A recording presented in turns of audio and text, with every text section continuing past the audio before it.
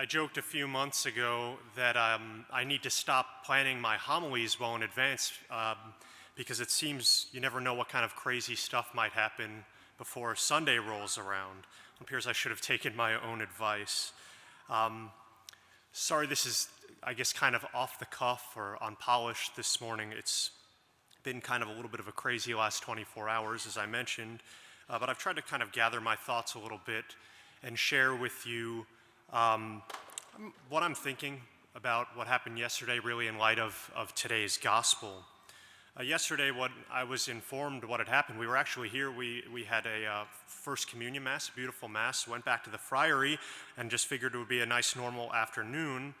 But as soon as I found out what had happened, I found myself running to my car and really just speeding down LD Lockett to the church. Truly, I was thinking about this later. It was the first time I've ever been unafraid to speed down LD Lockett because I knew where all the cops were going to be.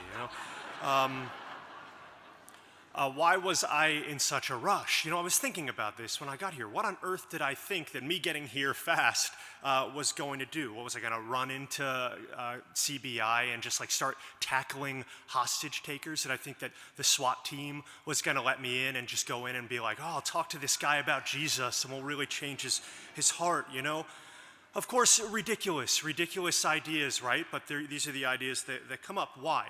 Because we're problem solvers, right? Human beings are by nature, we are problem solvers. No matter how huge the problem, something like a hostage crisis, we want to get in there and start to fix things, even if we know that that's a completely ridiculous thought to believe that we can have any direct influence over what's happening in that situation. But sometimes we come up against situations in our lives where once we look at the magnitude, the reality that we're facing, we feel completely powerless, right? And we're always encountering situations like this in our lives. It doesn't have to be something as big as what happened yesterday. It happens to all of us on a daily basis. The things that we come up against, these obstacles we come up against over and over again in our lives. We have one of those situations like that in our gospel today. It's a wedding. It's a wedding and the wine is gone. They have no more wine. Okay, you can't just make it appear out of thin air, right? So there's a problem. But the people, they need wine to have the party. There's no party without wine. It occurred to me, not much has changed in the last 2,000 years. How helpless the servers must feel, though, in this situation. This is their job. This is their job, and they really can't do anything to influence the situation. It's their job to make sure that this wedding is successful. They can't fix the problem at hand, though. So when Jesus tells them to fill the jars with water, they're just like, you got to figure, they're like, what? I'm sorry, fill the jars with what? With water? How is that going to help anything? But it's through that small act of trust in these servers that a transformation happens. It's in this acknowledgement of their own helplessness and really a reliance upon Jesus, in the providence of Jesus, that this transformation happens. It's through filling the jars with nothing but water that the transformation happens.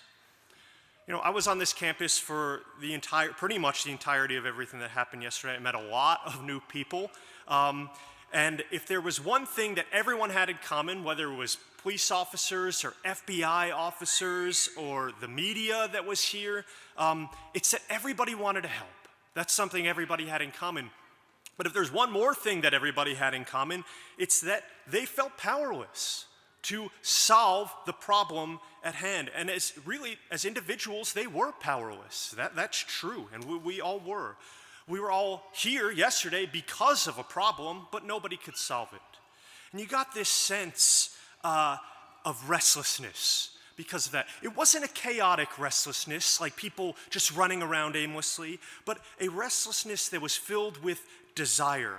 I found myself just kind of zipping around campus for hours at a time, feeling like I should be doing something, but I don't really know what. And I know that almost everybody here felt the same way. But you know what I did see all day long?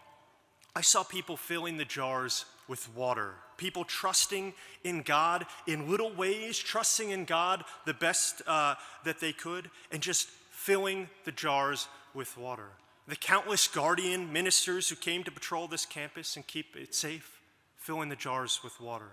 The rabbis and the imams and everyone who gathered here to pray with the family and friends of all those who are affected, filling the jars with water.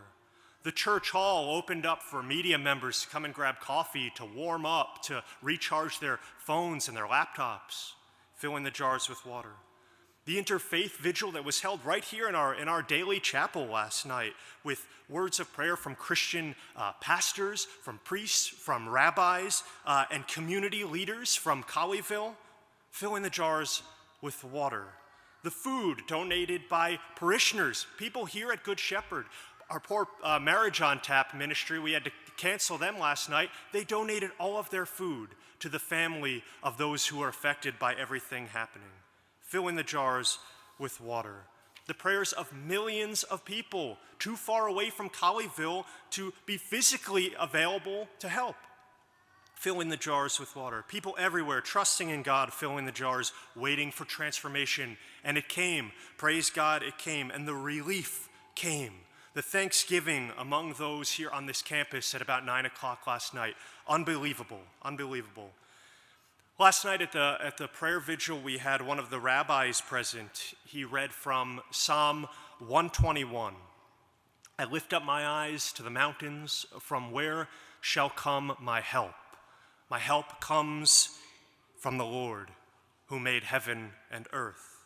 First of all, I think there's something special. I love it so much to be able to hear the Psalms read by one of from our Jewish brothers and sisters. It reminds us, I think, so much that our faith, this Catholic faith that we hold so dear, we owe so much to the Jewish people, to the people of the history of Israel.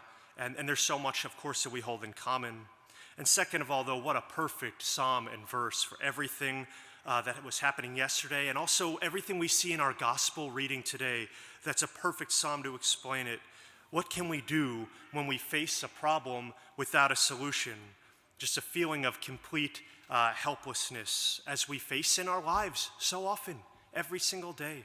All of us in the pews here today, we're facing problems. We're all fighting hidden battles. We want to fix those things. It's in our nature to. So we run around, sometimes frantically, just trying to put out fires the best we can. We raise our eyes to the mountains and we wonder, where is my help? From where shall come my help? How can I solve this? How can I make it right? Well, the answer, of course, we know this. It's not out there. It's not in the mountains. It's in here, right? It's Jesus. It's Jesus who requires only a jar full of water to transform a situation according to his will. Can we fill that jar for him? It's such a simple thing. It's such a simple thing, but it requires really a destruction of our pride. It requires shifting our mentality from, I'm going to be the hero in this situation, to, I'm going to be the guy who makes a sandwich for the hero, right? It can be a real downgrade in our pride. It requires, I think, sometimes getting to the end of the day and thinking, I'm not sure if I did anything productive to solve the problems that I faced in my life today, but I did what I could. And I did what I thought Jesus was asking me to do in that moment, and I hope that's enough. Hope that's enough. You know what? It always is. It always is enough, because our help is in the name of the Lord, who made heaven and earth. Give him water, and he'll make wine.